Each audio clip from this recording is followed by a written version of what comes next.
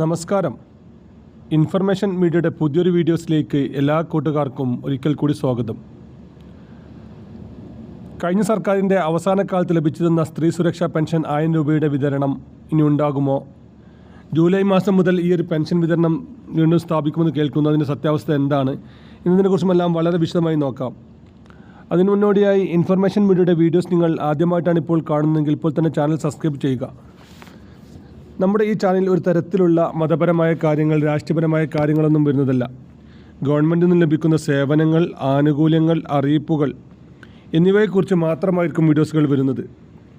ശ്രദ്ധിക്കുക, ഗവൺമെൻറ് സേവനങ്ങളും അറിയിപ്പുകളും എപ്പോൾ വേണമെങ്കിലും പുതിയ മാറ്റങ്ങൾ വരാം. നിങ്ങൾക്ക് ഏറ്റവും പുതിയ അറിയിപ്പുകൾ ലഭിക്കാൻ ഇപ്പോൾ തന്നെ ചാനൽ സബ്സ്ക്രൈബ് ചെയ്ത് തൊട്ടടുത്തുള്ള ബെല്ലൈക്കൺ കൂടി ക്ലിക്ക് ചെയ്യുക. ഫേസ്ബുക്കിൽ വീഡിയോ കാണുന്ന ആളുകൾ ചാനലൊന്ന് ഫോളോ ചെയ്ത് ലൈക്ക് ചെയ്യാൻ കൂടി മറക്കരുത്. നമുക്കറിയാം, കഴിഞ്ഞ സർക്കാരിൻ്റെ അവസാന സമയത്തായിരുന്നു സ്ത്രീ സുരക്ഷാ പെൻഷൻ പ്രഖ്യാപിച്ചത്. 35 വയസ്സ് മുതൽ 60 വയസ്സിലുള്ള നിലവിൽ മഞ്ഞ, ചുവപ്പ് റേഷൻ കാർഡുകൾ ഉപയോഗിക്കുന്ന സ്ത്രീകൾക്കായിരുന്നു സർക്കാർ പെൻഷൻ പ്രഖ്യാപിച്ചിട്ടുണ്ടായിരുന്നത്. അന്ന് 2 മാസത്തെ പെൻഷനാണ് ലഭിച്ചിരുന്നത്. പിന്നീട് പുതിയ സർക്കാർ അധികാരത്തിൽ വരികയും പുതിയ സർക്കാർ അധികാരത്തിൽ വന്നതിന് ശേഷം KSRTC ബസ്സുകളിലടക്കം സ്ത്രീകൾക്ക് സൗജന്യ യാത്ര, അതുപോലെ തന്നെ അങ്ങനെയുള്ള ഒരുപാട് കാര്യങ്ങൾ പ്രഖ്യാപിച്ചിരുന്നെങ്കിലും സ്ത്രീ സുരക്ഷാ പെൻഷനെക്കുറിച്ച് ഇതുവരെയും ഔദ്യോഗികമായി അറിയിച്ചിരുന്നില്ല. എന്നാൽ ഇപ്പോൾ സർക്കാർ നിയമസഭയിൽ അറിയിച്ചിട്ടുള്ളത് ഇതിൽ ഒരുപാട് ആളുകൾ അനർഹമായിട്ട് പെൻഷൻ കൈപ്പറ്റുന്നു എന്നുള്ളതാണ്. നമുക്കറിയാം, ഇതിൽ ആദ്യത്തെ മാനദണ്ഡം പറഞ്ഞിരുന്നത് 35 വയസ്സ് മുതൽ 60 വയസ്സുള്ള സ്ത്രീകളായിരുന്നു.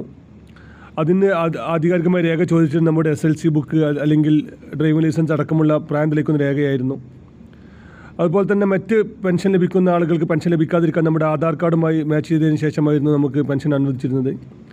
എന്നാൽ ഈ തട്ടിപ്പിൽ കൂടുതൽ നടന്നത് മഞ്ഞ, ചുവപ്പ് റേഷൻ കാർഡുകൾ ഉപയോഗിക്കുന്ന ആളുകൾക്ക് മാത്രമായിരുന്നു അന്ന് സർക്കാർ പെൻഷൻ പ്രഖ്യാപിച്ചത്. അന്ന് ഒരുപാട് ആളുകൾ നിലവിൽ പേരുള്ള റേഷൻ കാർഡിൽ നിന്ന് വെട്ടി മറ്റൊരു റേഷൻ കാർഡിലേക്ക് പേര് വെട്ടി മാറ്റിയ ഒരുപാട് ആളുകളുണ്ടായിരുന്നു.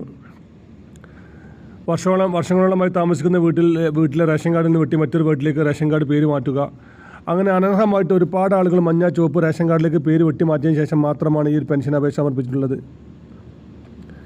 ഇവരുടെ ആധാർ കാർഡുമായി മാച്ച് ചെയ്യുന്ന സമയത്ത് ഇവർക്ക് സ്വന്തമായി വാഹനമുള്ള ആളുകളുണ്ട്. അതുപോലെ തന്നെ ഇവരുടെ ആധാർ കാർഡുമായി മാച്ച് ചെയ്യുന്ന സമയത്ത് ഇവർക്ക് 2 ഏക്കർ മേലെ ഭൂമിയുള്ള ആളുകളുണ്ട്. അങ്ങനെ പല രൂപത്തിലും സർക്കാരിൻ്റെ ശ്രദ്ധയിൽപ്പെട്ടത് കൊണ്ടാണ് സർക്കാർ ഈ ഒരു പെൻഷൻ താൽക്കാലികമായി മരവിപ്പിച്ചിട്ടുള്ളത്. ഇനിയിപ്പോൾ സർക്കാർ ചെയ്യുന്നത് ഓരോ വാർഡ് അടിസ്ഥാനത്തിലും പരിശോധന നടത്തിയതിനു ശേഷം അനർഹമായ എല്ലാ ആളുകളെയും ഇതിൽ നിന്ന് ഒഴിവാക്കിയതിനു ശേഷം മാത്രമായിരിക്കും പുതിയ പെൻഷന് സർക്കാർ നൽകുക. അതിൻ്റെ ആദ്യഘട്ട മുന്നോടി എന്നോണം സർക്കാർ ഇപ്പോൾ ചെയ്യുന്ന കാര്യം, അർഹതയുള്ള എല്ലാ ആളുകൾക്കും ഇപ്പോൾ ചുവപ്പ് റേഷൻ കാർഡ് ലഭിക്കുന്ന രീതിയിലേക്ക് ഇപ്പോൾ മാറ്റുന്നുണ്ട്. ഇപ്പോൾ നിങ്ങൾ വെള്ള, നീല റേഷൻ കാർഡുകൾ ഉപയോഗിക്കുന്ന അർഹതയുടെ ചുവപ്പ് റേഷൻ കാർഡ് അർഹതയുണ്ടായിട്ടും വെള്ള, നീല റേഷൻ കാർഡ് ഉപയോഗിക്കുന്ന ആളുകളാണെങ്കിൽ നിങ്ങൾക്ക് ഇപ്പോൾ ചുവപ്പ് റേഷൻ കാർഡിലേക്ക് മാറാൻ സാധിക്കും. ഇപ്പോഴത്തെ കണക്കനുസരിച്ച് 1000 സ്ക്വയർ ഫീറ്റ് താഴെ വീട്ടിൽ താമസിക്കുന്ന ആളുകൾ, അതുപോലെ തന്നെ 1 ഏക്കർ മേലെ ഭൂമിയില്ലാത്ത ആളുകൾ, സ്വന്തമായി വാഹനമില്ലാത്ത ആളുകൾ എന്നിവരെല്ലാമാണ് ഇപ്പോൾ ആദ്യഘട്ടത്തിൽ പരിഗണിക്കുന്നത്. അതിനുശേഷം സർക്കാർ പുതിയ ഉത്തരവുമായി വരുന്നുണ്ടെന്നാണ് ഇപ്പോൾ നമുക്ക് മനസ്സിലാകുന്നത്. അതിൽ വീടിൻ്റെ അളവ്, അതുപോലെ തന്നെ വാഹനം, സ്ഥലം എന്നിവയ്ക്കെല്ലാം ചെറിയ രീതിയിലുള്ള ഇളവുകൾ സർക്കാർ അനുവദിക്കുമെന്ന് നമുക്ക് മനസ്സിലാകുന്നു. അങ്ങനെ റേഷൻ കാർഡിൻ്റെ കാര്യങ്ങൾ സർക്കാർ കർശനമായ നിയന്ത്രണങ്ങൾ കൊണ്ടുവന്നതിന് ശേഷം മാത്രമായിരിക്കും പുതിയ പെൻഷനുമായി സർക്കാർ മുന്നോട്ട് വരികയുള്ളൂ. ഏതായാലും ഈ ഒരു മാസം നമുക്ക് പെൻഷൻ ലഭിക്കില്ലെന്ന് തന്നെയാണ് ഇപ്പോൾ നമുക്ക് മനസ്സിലാകുന്നത്. ഈ ഒരു അന്വേഷണം നടത്തിയതിനു ശേഷം 2-3 മാസങ്ങൾക്ക് ശേഷം മാത്രമായിരിക്കും പുതിയ ലിസ്റ്റ് വരികയും ആ ലിസ്റ്റ് അടിസ്ഥാനത്തിൽ മാത്രമായിരിക്കും പെൻഷൻ അനുവദിക്കുകയും ചെയ്യുക സർക്കാർ ഇപ്പോൾ അറിയിച്ചിട്ടുണ്ട്. അതുപോലെ തന്നെ ഇപ്പോൾ മറ്റ് പെൻഷനെല്ലാം ഇപ്പോൾ അപേക്ഷ സമർപ്പിക്കാൻ സാധിക്കുന്നുണ്ട്. വിധവാ പെൻഷൻ, വാർദ്ധക്യ പെൻഷൻ പോലത്തെ പെൻഷൻ ഇപ്പോൾ അപേക്ഷ സമർപ്പിക്കാൻ സാധിക്കുന്നുണ്ട്. അതുപോലെ തന്നെ വരും വീഡിയോകൾ നമ്മൾ മറ്റൊരു കാര്യം കൂടി വീഡിയോയിൽ പറയുന്നുണ്ട്. ക്ഷേമനിധി പോലുള്ള പെൻഷൻ, ഒരുപാട് പെൻഷൻ മുടങ്ങിയ പെൻഷനുണ്ട്. പ്രവാസി പെൻഷൻ, അതുപോലെ തന്നെ ബിൽഡിംഗ് ക്ഷേമനിധി പെൻഷനെല്ലാം മുടങ്ങിയ പെൻഷനുമായി ബന്ധപ്പെട്ട ഒരു സുപ്രധാനമായ അറിയിപ്പുമായിട്ട് അടുത്ത വീഡിയോയിൽ കാണാം.